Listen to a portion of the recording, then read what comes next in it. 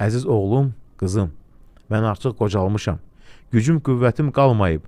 Səndən xahiş edirəm ki, mənə qarşı anlayış göstər, səbr et və mənimlə xoş davran. Əgər yemək yeyərkən, yaxud su içərkən üzərimə tökərəmsə və ya sənin köməyin olmadan əynimi geyinə bilmirəmsə, səbr et oğlum. Sənə bütün bunları öyrədərkən necə səbirli davrandığımı bil. Əgər səninlə danışarkən eyni şeyi dəfələrlə təkrarlayıramsa, sözümü kəsmə. Çoxları sözünü kəsir. Anlamırsan sən ana. Xeyr. Mənə acıqlanma. Sonacan dinlə. Kiçikkən yuxlamağın üçün eyni nağılı dəfələrlə oxuduğumu bil. Görsən ki, nəyisə anlamaqda çətinlik çəkirəm, mənə gülmə. Var belələri. Mən sənə bundan daha asan şeyləri çox çətinliklə öyrətmişəm. Yeməyi, içməyi, gəzməyi, qaçmağı. Əgər birdən iştaham küsərsə, məni yeməyə məcbur etmə. Buna görə üstümə qışqırma. Mənə qəzəblənmə.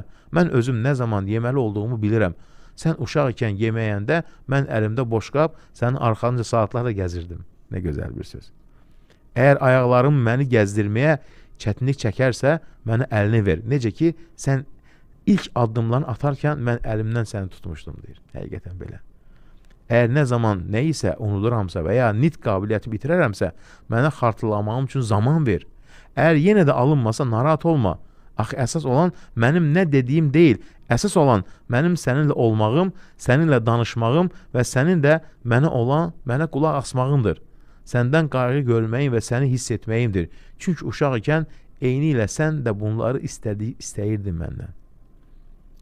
Məni qocalığımı görüb kədərlənmə, oğlum, əsəbləşmə, qızım, özünü çarəsiz görmə. Sən mənim yanımda olub mənə kömək etməli, məni anlamaya çalışmalısan. Necə ki, sənə həyatda hər bir məsələdə öz məsləhətlərini vermişəm, sənə yol göstərmişəm. Məni həyat yolunda yarımçıq buraxma, oğlum. Yardım et, irəli gedim. Yardım et, öz yolumu sevərək və səbirlə bitirim. Yəni, bu dünyadan rahat köçüm. Buna qarşılıq səni heç sönməyən ölümsüz sevgiz təbəssümlə mükafatlandıracağam, deyir həqiqətən. Yəni, çox təsirli sözlərdir. Yəni, bunu oxuyarkən insan öz valideynlər yadına düşür. Allah da dünyasını dəyişən valideynlərimizin məkanını cənnət eyləsin. Həyatda olanların Allah da ömrünü uzun, xeyirli, bərəkətli eyləsin. Allah da bizləri valideynlərimizi sevən qullarından eyləsin. Valideynlərimizin dəyərini bilənlərdən eyləsin.